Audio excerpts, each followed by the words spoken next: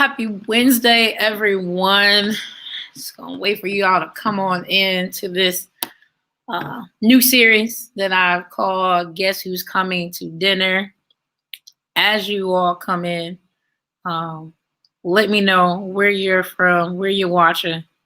Um, Again, let me know where you at, where you're watching. Again, this is a new series called Guess Who's Coming to Dinner. I'm really excited about this one. This is something that was on my heart about 2 months ago, the month of October. Again, as you come in, please just let me know where you come, where you're watching. It's kind of hard for me to actually see exactly who's watching and where you're watching from. So let me know if it's my Facebook page, if it's the K Nicole Company page. Let me know where you're watching from. Also, at the same time, please share this live. You don't want to miss it. I know I say it all the time, but honestly, I'm being truthful with this conversation and with this entire series. One that I believe we all can take something from it. I even shared this with some friends today, and they were excited as well as saying that, yes, Kiki, this is something that we need to address. So again, I haven't seen it yet. Let me know where you're from, where you're watching, and I don't want to delay the time, but please let me know where you're watching from. Are you from Ohio, from Elyria, Lorraine? All right. And before I bring on my special guest for tonight that's going to help navigate this conversation with me, she's one of my favorite people. She has been with me for the last 4 years. Anytime I ask her to come and do something, she always says yes, unless her schedule doesn't allow her to. I give her breaks here and there too, but she's one of my favorite therapists in the county. She's very knowledgeable about what we're going to talk about. Again, if you know anything about me, my biggest thing is about breaking down the stigma about Black people and about not seeing counselors, not going to get counseling. Tonight is not about ethnicity at all. This is for all of us. This is about 11 months of enduring this pandemic, right? And there's been a lot of issues that have occurred. And so we want to tonight address how to handle grief. All right, Queen Cookie's with us tonight. Thank you for mommy. We're going to handle how to handle grief during this pandemic, how to handle anxiety during the pandemic, as well as how to handle isolation during this pandemic. So if you can, if you will, again, share this live. I'm going to bring in my special guest right now. I'm not going to delay the time. All right, Toya. Oh, you know what?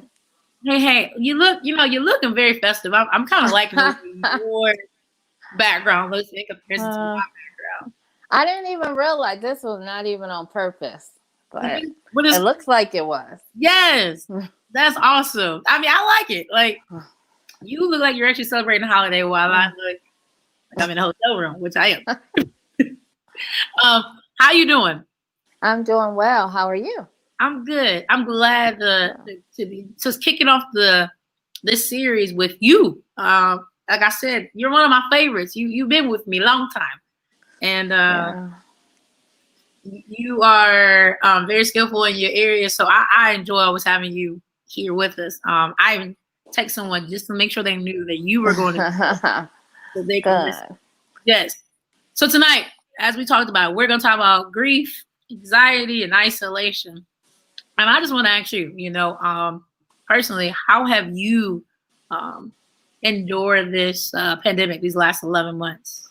Oh, wow. It has been 11 months. So I haven't really thought about that. But it has been a really rough time, I think, when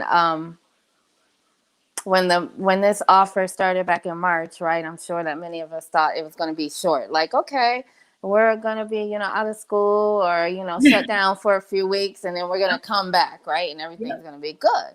So here we are like 11 months later and the struggle is real now, right? Yep. So I, like other people, have, experienced those same emotions, of, feeling anxious and worried or sad, depressed, angry, lonely. I've been all of those things, right? Because I'm not exempt from experiencing the pandemic. So I've had those range of emotions myself. Oh man, so my system, so I'm doing something new today, and so I actually couldn't see. There were people responding to let us know where they watching from. So, um, we got Lyria, Lorraine, Sandusky, Strongsville. We even got San Antonio, Texas watching us. I'm good. We got yes. I'm sorry, guys. Thank y'all for being obedient. I thought nobody was going to respond, so that's good.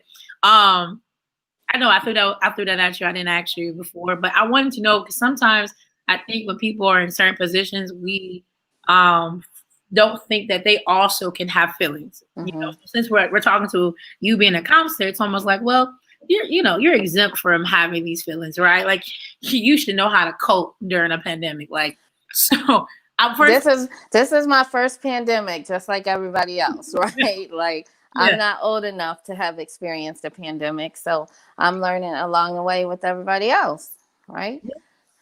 Well, I want to put that out there because sometimes we really do. We be like, oh, you're this, you're that. And so you should know. I feel like my battery wants to die on me. Everything wants to happen all at once. All right. So as I navigate through here, 1 second. Let's get into this conversation tonight. I know where we're from. We're in our local area here, and I know this anybody that's watching this, even from Texas, everybody has maybe known someone directly or indirectly that has died, not maybe of COVID, but has died in 2020.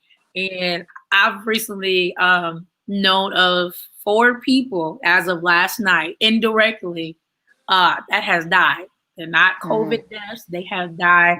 The month of October is the worst month for me as a whole. I go through a lot of losses during that month. And I recently, there was a mother of the church that recently died in October, and I had a hard time dealing with that. Mm-hmm. So help people understand how to cope with death during this pandemic. So I wish that we could go through our lives without experiencing loss, right? But we can't. So I think if we live long enough, we are going to experience some loss. And then we just need to give ourselves the time and space to mourn. So every time we have loss, and we don't often think of it that way, but every time we have loss, grief tends to be a part of that, right? Where we are kind of mourning, or we think about something that we once had that we don't any longer, right? And so I think what's making dealing with grief during this pandemic especially challenging is because life is still going on. So we do still experience loss from like death, and on top of that, though, we also are experiencing other types of losses, like, people who have lost jobs, or lost their financial stability, or, stream of income, or lost connection with family members or friends, or, so I think because it's so much loss happening right now, more than usual, and then when we are experiencing it, we don't have those same outlets like we used to be able to gather together, right? Funerals look so different now. A lot of them are, walk through or drive by funerals. We're not gathering at people's homes anymore and eating chicken and having food and sharing memories, and because we're in this pandemic. So those are some of the ways that we would release, or express that grief, or ways that we would mourn, and we have kind of lost that too. So I think that that's why it's been particularly challenging during this pandemic. But it's a universal experience. And so I think what can help us is just remembering that we all are experiencing this together. So I know it feels really isolated right now because we're not as connected physically, but we can try to stay connected virtually while grieving. And I know it's not the same. And so, although it's not the same, it doesn't mean that it can't still be good, right? It's Yeah. different, but it can still be good. So, you can have, like, virtual, like, um, our family recently had a loss. And so we connected like on a Zoom call all together. afterwards instead of like, meeting up at somebody's house just because it's safer, right? You can have a virtual funeral or stream a memorial service or things like that. Those are just some of the ways that we can try to cope with that grief during this time. And we have to just think of different ways because this is so different for all of us. Yeah. Well, I think you brought up something good. So I want to make sure people hear this correctly. There are many ways you can navigate, during this. And so it may take you out your comfort zone. And one thing you just said was like a video chat, like Zoom, or finding some platform of any kind that where you can do the face-to-face contact. It may not be the touching, but I never thought about that when you said like after losing a loved one, you guys, met on, cameras, that's still trying to find that connection, still trying to find a way to grieve appropriately, I guess you could say. I have a question already. It says, how do you feel about the pandemic being a hoax? How do you feel? Because people have said that. I know we've been 11 months, and I know me, and I know you know people in our county that has died of COVID. Now, maybe some may say, oh, they were older, but that's besides the difference. They were affected. So I definitely don't think it's a hoax. So, I mean, that's how I feel about it. Is I believe it's real. Yeah. I know people who have tested positive personally and who have died, like you said, personally from a COVID-related illness. So I definitely don't think it's a hoax. Yeah, I agree. What do you think is a healthy way, though, to grieve outside of the video during this pandemic? Like taking part in activities like that have significance to maybe like you and the person that you are grieving. Like you can do things like maybe cook their favorite meal in their honor, or maybe call people up and share stories about them, plant a tree in their honor. You can journal. Those are some ways. Go to the places, maybe they really enjoy the park. So maybe you go and take a walk, just feeling like you can be connected that way. Right? Getting outside of yourself and away from the virtual means, because sometimes we need to do that. And you can still seek out grief counseling and mental health services right now, too. That's still happening and it's still going on. It can be offered on the phone. It can be offered online. Some people are even going back face to face, with precautions. So I always encourage people to seek support that way as well. And then, if you have like, spiritual leaders that you feel like you can connect with, you can always do that. And friends are good ways too. Like just talking to friends. Friends can be a good support. And again, phone calls. And I've been encouraging people to write letters. Remember letters? Yeah. that go in the mailbox? Yes. Yeah, do that. Like we can do that again. This has been a time I've been writing a lot of letters and I think it's kind of fun. It's retro. I'm like, we bringing back letter writing just because I have time now. Like I'm at home more. I'm not as, busy running my kids here and there because a lot of their activities aren't going on. So I've been writing letters and putting stamps on it and putting it in the mail. Like try that. It's another way. Even I can hear somebody, I'm gonna just be negative for a minute. I hear somebody say, what if somebody, I'm grieving that death of someone? I feel like you can still write a letter to them, even though it's not being sent. But sometimes sometimes I feel like we just need to get our emotions out on paper, like get it out. Not social media. I should make sure our people say this. I know I'm sometimes this, but sometimes some things just need to be written out on paper. And if you're really like me, I like to go back and reminisce on what I said something like 6 months ago to a year ago. And so if you're writing something to, your loved one, it could be, I miss the way, you touch, I miss this way, or in your honor, I'm going to carry on and go back to school, or in your honor, I'm going to do this. And, just things that would still bring them, I'm going to say how I feel, bring them still real in your mind, still bring back their memory, almost like flesh to you, back to you. Versus just, oh my God, a couple people coming on. I got someone saying, I love what was it? Let's see. I love letters and phone calls, not text. I'm old school. Queen Cookie, I appreciate it. Um, Yeah.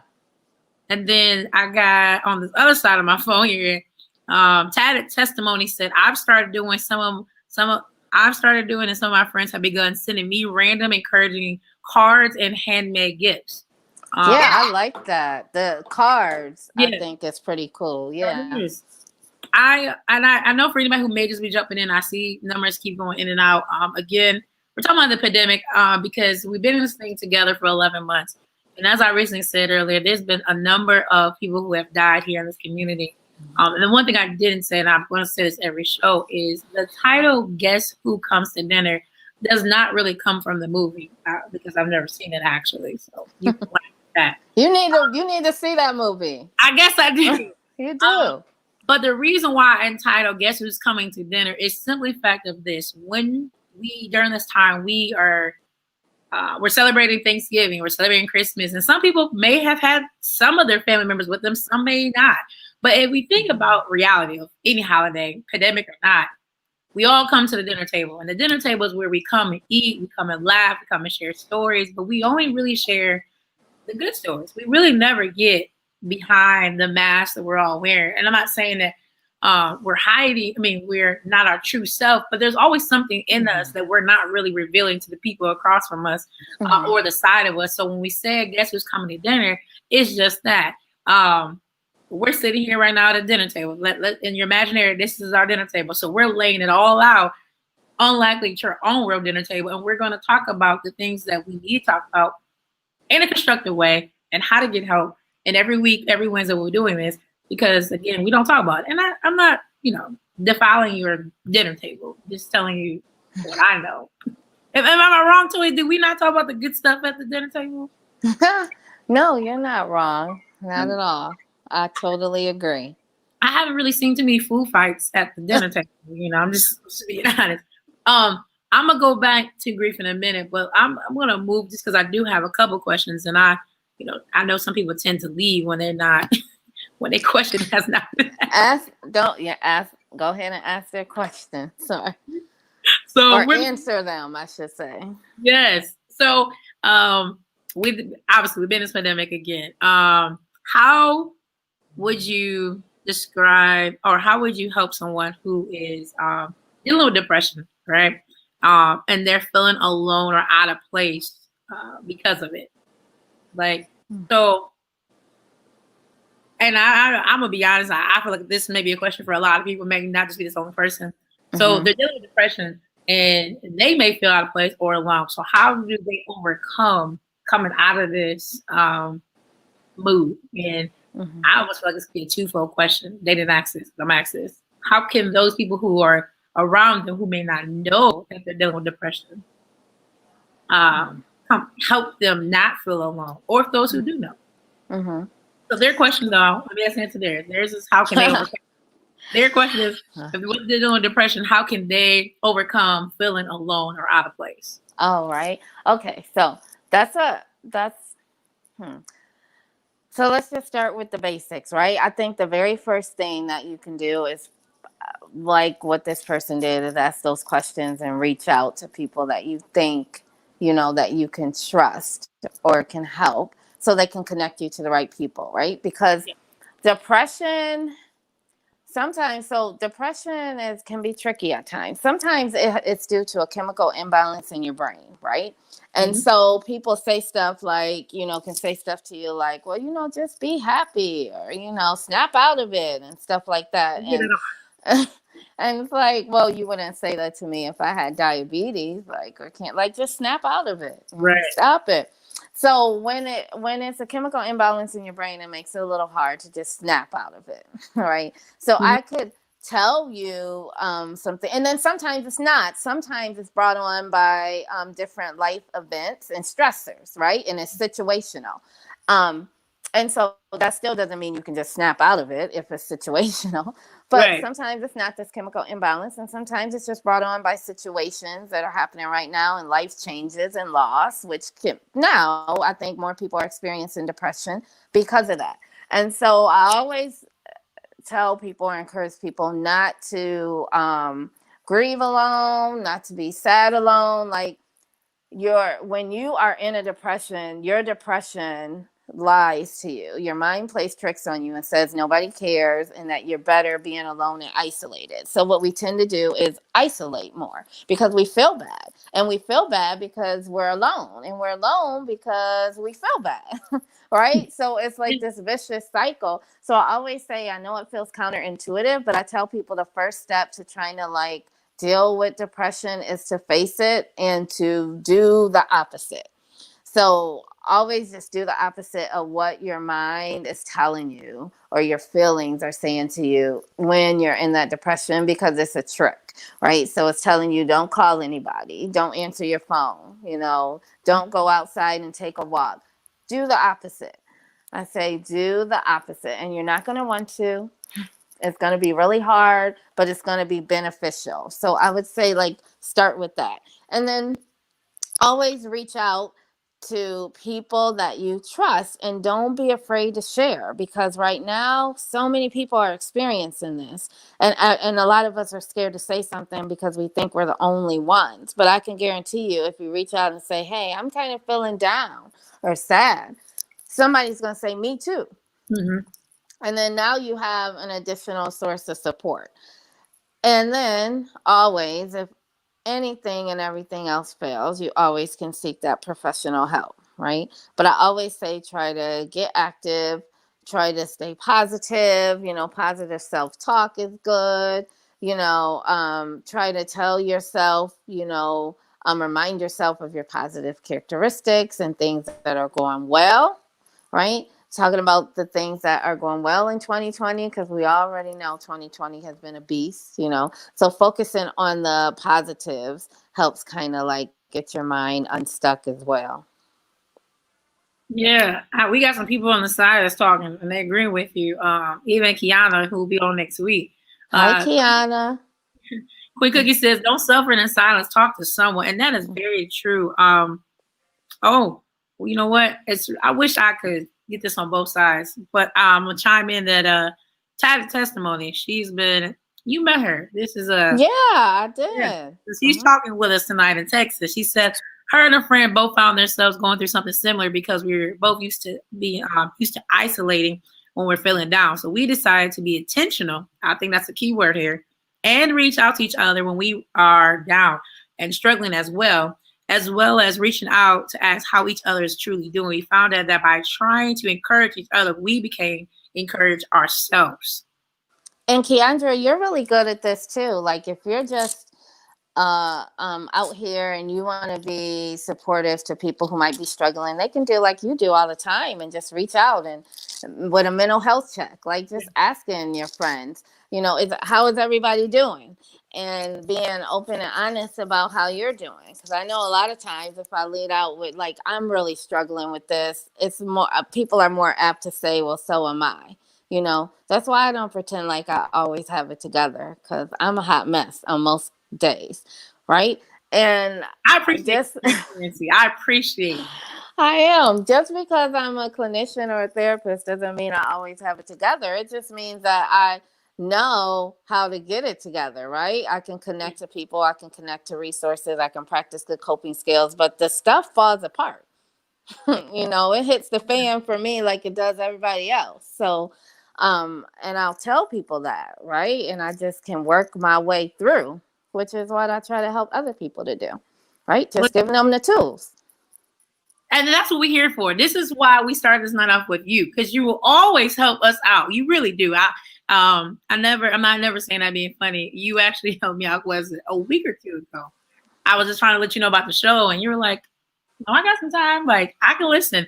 Yeah. And I think that's the problem we have. And this is not. And what were you telling me? Since we're being transparent, right? You're always and I was telling you about yourself, because you're always like, you don't have to listen to this, or and I'm like, why? Don't disqualify it, like what you're saying. Like, I very well do have to listen to this, or why wouldn't I want to listen to it? What you're saying is valid. We're not going to start off with that. Like, yeah. I know I'm saying too much, or no. I did, guys. I did. That'll be another show for another day. But I'll say this, and being transparent, is that kind of what you just said. Like, even though I host these lives, I never want people to think like I even have it all together either. Like, I have people like, you do so well.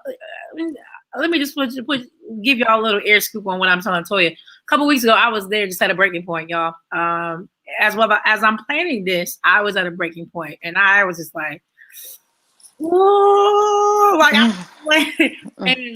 and though I talked to Toya, like I don't know talk about those things, and she really was open minded to listen. And though I was like trying to shut it down, like, oh yeah, she had an open ear to listen, and I'm thankful for it. But I ain't gonna lie, it took a lot to get out, to get it out of my mouth. Like, it took a lot. I just want to say this first. I'm very thankful that all of my future special guests are coming on. Kiana Harper, Tierney Payne. I'm not sure who else, but I have quite a few list of other counselors coming in the area. Even none other, though I've been waiting for him. He showed up because I told him that you was coming. You see that, Toya? Mm-hmm. He showed up. Hi, Pastor Tommy. Yes. He showed up. He showed up. Yes. You know how to get people in here. Mm-hmm. All right. So I do have another question. Let me get to it. It was what to do when an anxiety attack comes and you don't have nobody around at the time to help and pull you out of that dark place. That's a good question. Yeah. So like, I don't know if they're talking about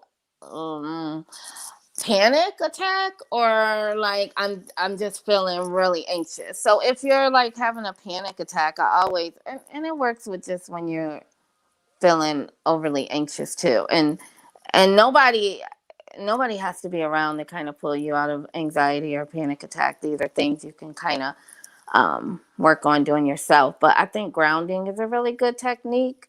Just kind of pulling yourself into the present moment, right? Because when we are really anxious, we're usually worried about the future. So we're not in the present. We're usually thinking about like what could happen or what might happen. Or sometimes we're in the past and we're ruminating over what already did happen, you know?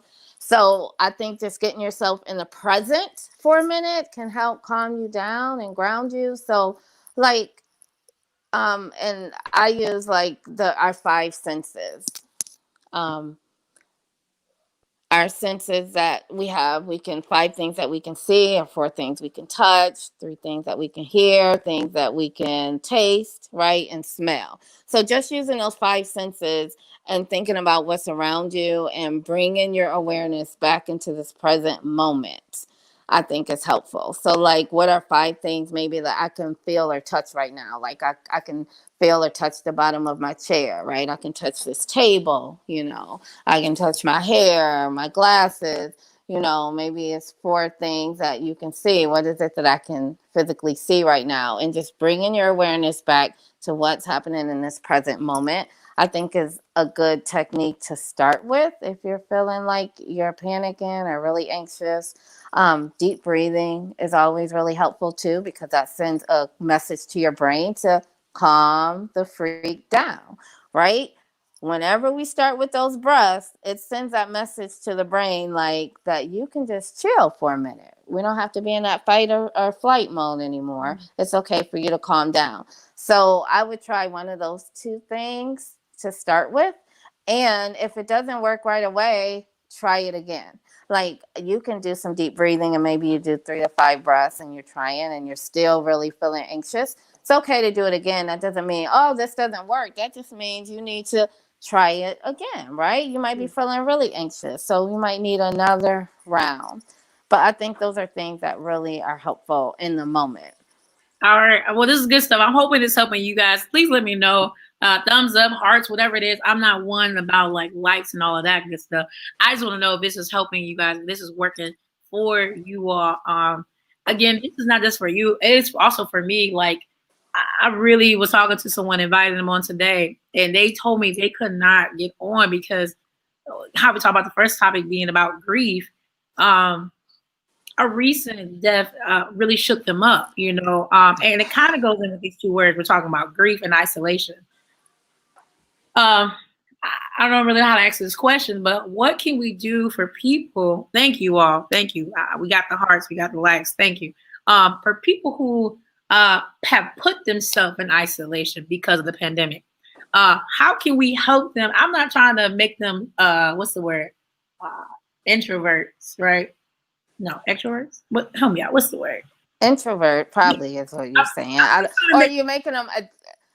Tell me what. Finish I'm what not you're trying to make saying. them. So, I'm not trying to make them social butterflies, but I'm at least Oh, trying to. okay. Extroverts then. Yes, Yes. I'm not trying to make you there. I'm not trying to make you that. But if you have caused yourself to be in isolation because, of course, you're fearful of catching the virus, you're fearful of allowing people in your house, so you have now built a wall around you. How can we help those people who are isolated? Because, you know, I feel like in this thing, we don't need, you need community in some way, Mm-hmm. in some shape or form. And being isolated, and even though you may be watching Facebook, you may feel like you're connected. I still feel like you're disconnected. Mm-hmm. How can we help Mm-hmm. those people who are isolated during these 11 months and some? Because we're in counting. We know Mm-hmm. 2021, we still in this thing. Right. So I went through that period where I isolated myself too. Like in the very beginning, I was not playing. If I tried to order a hazmat suit, but I couldn't get one, because I was feeling like the Rona is not about to take me down. So I know what you mean. Some people, and some people are high risk and they just feel like it's not worth the risk. Like they have health conditions and so they want to isolate. So even if you're isolated at home, like, and I have some clients like that, and I just encourage them to try to keep a regular schedule as much as possible. Um, like starting each day like with a routine or kind of doing something that makes you feel comfortable or that you've always done and that you were used to doing before your isolation. Stay informed as much as you can. So even though you are socially isolating, like please, try to read the news or watch the news or stay informed that way. You don't want to feed your anxiety or fear, but you need to know what's going on in the world, right? So we can limit our social media consumption, but we can still stay informed. There's so many ways to stay informed without going overboard. Like, you don't have to get on Facebook and, be on there for 2 or 3 hours when you can just go and Google one news article and read that. Also, trying to stay active, I think helps keep our mind clear. So even if you are isolating by choice or not, um, manage your physical health as well as you're trying to manage your physical health. So maybe doing some yoga, or there's a lot of YouTube videos that you can do. Go for a walk around your house, up and down the stairs if you have a treadmill. Walk in place. There's some YouTube videos where you can just walk in place, do something meaningful. If you have a sense of a loss of meaning, that can also contribute to feelings of loneliness. Yeah. So even though you might be in the home isolating, you still want to feel like you belong to something. So, maybe sign up and do like some painting classes online. I found some that were like completely free. You know how you used to do that, like, when we used to go in person and like paint with groups of people. We don't do that anymore. They are doing some of that stuff online. You have to have, your own supplies and you can get those sent to you, but you can find people who are doing that online. So, those are just some of the ways. And you can also connect with others in non-traditional ways. And we talked about that, but I'll reiterate it. Same thing, handwritten letters or postcards. Or I know this seems like revolutionary, but you can call people on the phone. You can. It's been a while since we've all done that. I know. We don't have to text them or, don't DM me or whatever. You can actually call people on the phone. We don't have to send messages online. So. Well, I'm gonna interject here for a minute. Just give y'all a little mini commercial. If there's any questions, feel free to shoot them through. I'm looking at them both Facebook profile, the company, YouTube. Let me know. Also, if you're not a friend or you don't follow my K Nicole company page, I'm trying something new by actually showcasing this on my Facebook profile page. But all that being said, there's a number of videos on my K Nicole company page that deal with mental health on a large spectrum. From May, when we talked about anxiety, bipolar, suicide, suicide survivors, to talking about people who've been institutionalized and how to figure out whether or not they've been competent enough to stand trial, to matters, issues that happen in the Black community. We did this in August. There's a number of large things you could talk about, but I'm just giving you all a chance to ask any questions you may have to Toya, because every week will be something different. I'm also being mindful of time. Every week will be something different. I told you. I'm getting there. Next week, just to give you a preview, we're talking about virtual learning because well, I'm not going to do it long. Just parents, if you have a child, go and bring your child on. We're going to have some therapists to help us, both as parents as well as children, navigate virtual learning. In the next couple of weeks, we'll be talking about navigating 2021. Also, how to navigate grief during the holidays. So there's a number of things that have affected 2021. And I think, though, the number one, thing that I keep bringing, I can't leave it alone, is grief. And I know you were going to mention this before. You were telling me you were going to talk about, what was it, the 5 steps? How many steps is in the grieving process? Wait, did I say we were going to talk about the steps of the grieving process? When did I say this? We talked about this last night briefly. Oh, did we? Okay. So, yeah, we did. There's 7 stages. Right. And we can talk about it if you want to. You know, I don't know. I felt like maybe you and Deanna were going to talk about it, so I was going to stay away from it. Give me a preview. Give me a preview. It's always good to come back to it. Mm-hmm. So most people, and they don't go in any kind of order, like when we're talking about stages of grief, but you can have anger and people bargain, and there's acceptance, and then there's depression, and they don't go in order, and you can repeat. Right? So just because you've been through one stage doesn't mean that you can't go through it again. Like, it's not like, well, if I cleared this stage and so now I'm on to the next and I'm never going to go back, right? And it's a process, and everybody's process is their process. So I know I sometimes work with clients and they feel pressure from other people. Like, people, you know, you've been grieving for like 3 months, and so now it's time to get over it, right? We don't have any, you know, it's hard for you to tell somebody how long they need to go through each stage, right? Mm-hmm. From the outside looking in, right? So I just tell people to just be there and go alongside people and be supportive, because we don't always know the whole story. So what might look like they're in a certain stage, maybe they're in denial, you know, which is usually the first reaction or whatever. Not always, but usually. And maybe we feel like they've been in denial too long and we want to move them to another stage. We don't really know, like, all the ins and outs of that. So it's just hard to look from the outside and really know a whole picture. So I just always tell people, like, the best thing to do if you want to support people is not always to push them to the next thing, but to just be with them. Like, you can just go right alongside people and just be there with them. And I think that's the most helpful when we don't know everything, you know? I think I'm gonna let you leave on this note. You know, I'm gonna give you some more time. Be patient.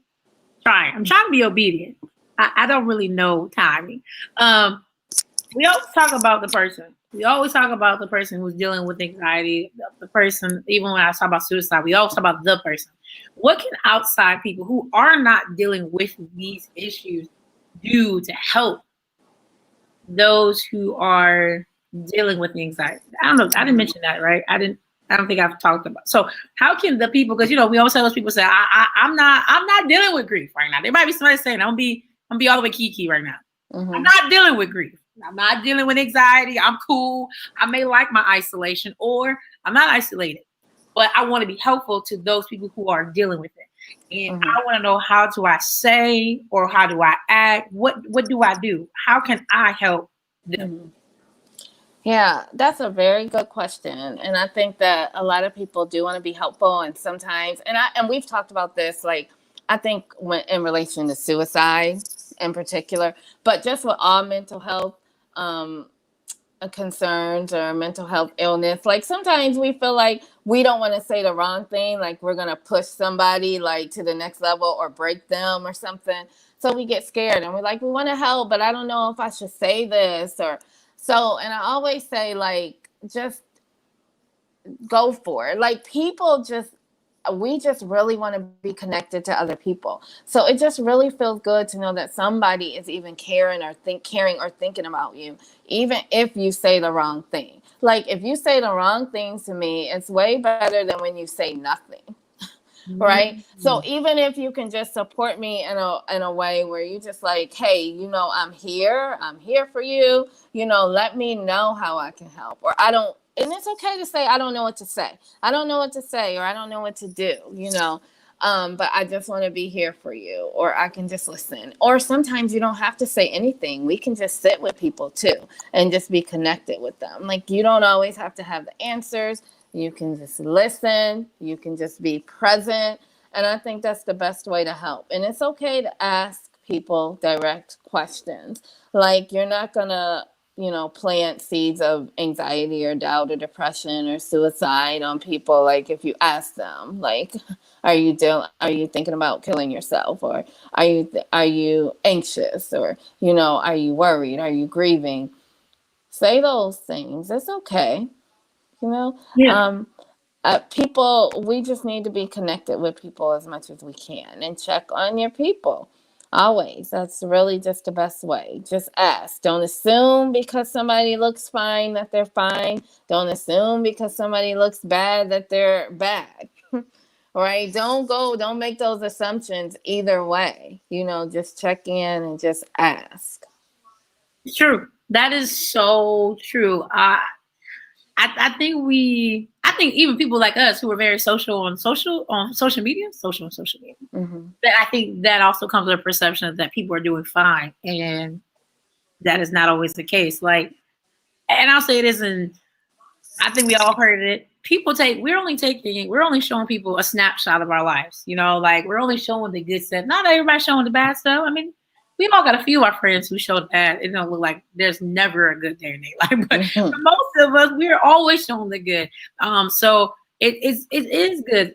Kiana just said it too. Just ask. Simply just ask the question. And I feel like these 11 months and counting me has presented nothing but time for us to do simply ask questions. It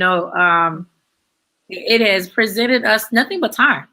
Time Mm-hmm. is so expensive. And I think we should just hone on the time that we've been given. I don't know if some of you maybe went back to work. I know I went back to work in June. I feel like I wish Governor DeWine would actually shut it down. I know. I feel like that some days too. Shut it down. Woo! I would love No. just one more time. I feel like I got Toretto doing y'all. I wish he would just shut it down just one more time. Oh, Queen Cookie said, be honest. Be honest when you're asked how you're doing. And if you're not good, voice it. Don't say you're good. And that's true. I feel like too many times we do this. We've all have done this. We were like, oh, I'm good. Yep. Okay. Yeah. Or I'm okay. Mm-hmm. Well, are you really okay? But that's a good way to push things over. Again, this is my last time. If there's any questions you have, I don't think I've asked them all. I do know we'll talk about grief again later this month. And just for those who may just be jumping in again, guess who's coming to dinner? The simple way to explain what this is so you can tune in for the next week, next Wednesday. It's simply this. When you show up at the dinner table, are you addressing your issues with your loved ones? Most times, I don't really think all of us are even at the eat at the table. Maybe the pandemic has brought you back to the dinner. Toya, you take it. Yeah, no, we don't eat at the table together. We eat at the table, not at the same time. So that's the problem. And that's where I'm getting at. See, we're gonna help each other out. We're gonna bring back the unity of eating at the table. But I feel like we should some part of the dinner table have a conversation of really how are we doing? So when you say, when we're having dinners, when we do get back to the world being open again and we have people over our house, and you're like, who's coming over for dinner? Okay, it's Kiki, but what is Kiki really bringing with her? The aura, the energy, the issues with me. And then you may think this is not a time and place to talk about it, but sometimes over a good meal is a good time to talk about what you've been enduring, experiencing Mm-hmm. during that time. Toya, is there anything in the last words that you want to share with the people? Oh, look at that. Come on now. We need to Yeah, get back to the table. Pastor Tommy's so right. yes, Amen to that. We do. yes. That's Back some to, good last words right there. See, we need to get back to the table. That was right on time. I want your words. I want your words. I can't take Pastor Tommy's words. Let me see. Do I No. have last words? No, this is really hard because you're expecting me to be like profound or something at the end. I said all my good stuff already. Like I'm out of it. Well, Toya, let's do Come this. back next come back next Wednesday. Uh, Maybe I'll have some more. yeah, because Toya maybe with us next Wednesday. We're Yeah, not. I'm gonna try. Yeah. Yeah. Toya, so let's do this. Are you accepting new patients? I mean, new clients? Oh, you're asking me, am I? Yes. No. No. Okay. Well, look, we gotta help people out who may be and searching. I know. And usually I'll be like, when I the answer is usually no, and I'll be like, yes, I will, but I have to really say no now. Like I'm at my limit. Okay. But I'm always open to giving people good referrals. So if somebody needs a referral, they can reach out to you and you can get in touch with me, or they can reach out to me. I'd be happy to do that for somebody who needs it. And honestly, I'm gonna tell you, I've done this with Toya. I've been trying to correspond with people. I've got people connected to Dr. Harper. I'm giving y'all all doctor degrees, okay? I'm Mm-hmm. following that, y'all. But I've that's my job. I feel like it's been my job. I didn't really call myself to do this. And I say that all the time. I didn't call myself to be this mental health advocate. I didn't call myself to do any of this. I've learned to just turn, what do you call it, your lemons into lemonade. Use my own personal experiences to help other people. So I'm hoping this has helped you all tonight. Again, with just the short version of this about dealing with grief, isolation, anxiety. Hopefully you'll be able to look at the dinner table, not just your dinner table, but just your friends, your community, and just find out exactly what is going on in their personal lives. There'll be other topics like this on every Wednesday at 7:00. We will have different people again next week. We got Kiana. We have Jane will be on with us next week. Jane! Yes. We may have Jane and Kiana, my favorite people. I definitely got to show up. They're going to be on both together? Together. Oh, yeah, I'm coming for this. This is when I was inviting you to the table. Yeah. So we're going to talk. Yeah, I'm coming to the table.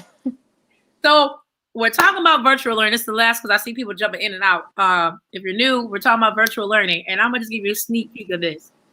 For you parents that are out there, or you got your kid watching right next to you, how many of us have really taken account of what our children are dealing with virtual learning? I know it may be a headache for you, but have you really took yourself and put yourself in the child's shoe to figure out how they actually feel about virtual learning? How are they actually experiencing virtual learning?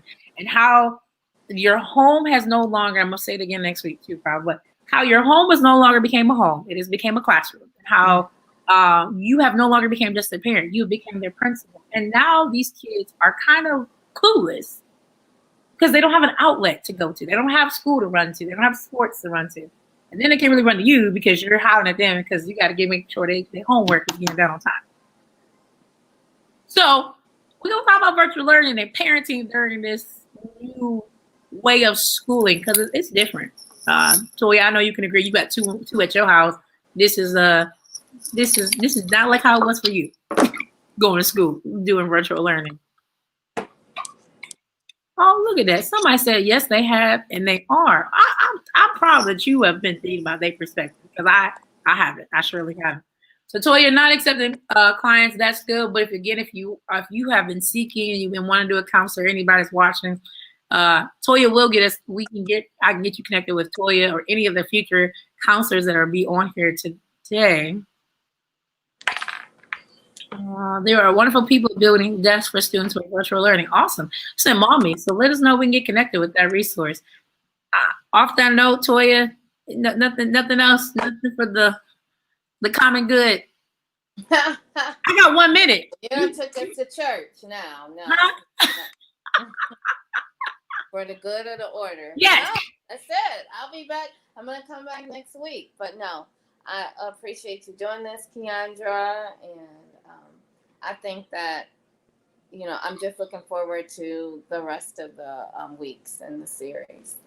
Yeah, I'm excited. I can't wait to. So on that note, make sure if you just jumped in, watch the replay, share it with your friends, and get connected with the K Nicole Company page. It's not about numbers for me. It is honestly just there's great information. Toya has been on there.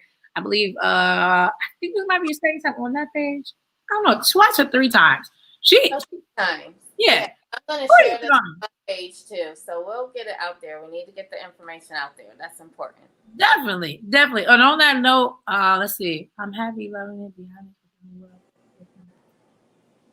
All right, sis. Well, listen, I got everybody watching us from Mobby to Toledo, great Texas. We appreciate everyone that's been watching us. Yes, and look, you brought PT out. I'm happy. I'm on happy to know. All right, y'all. And on that note, have a good night. Have a good night.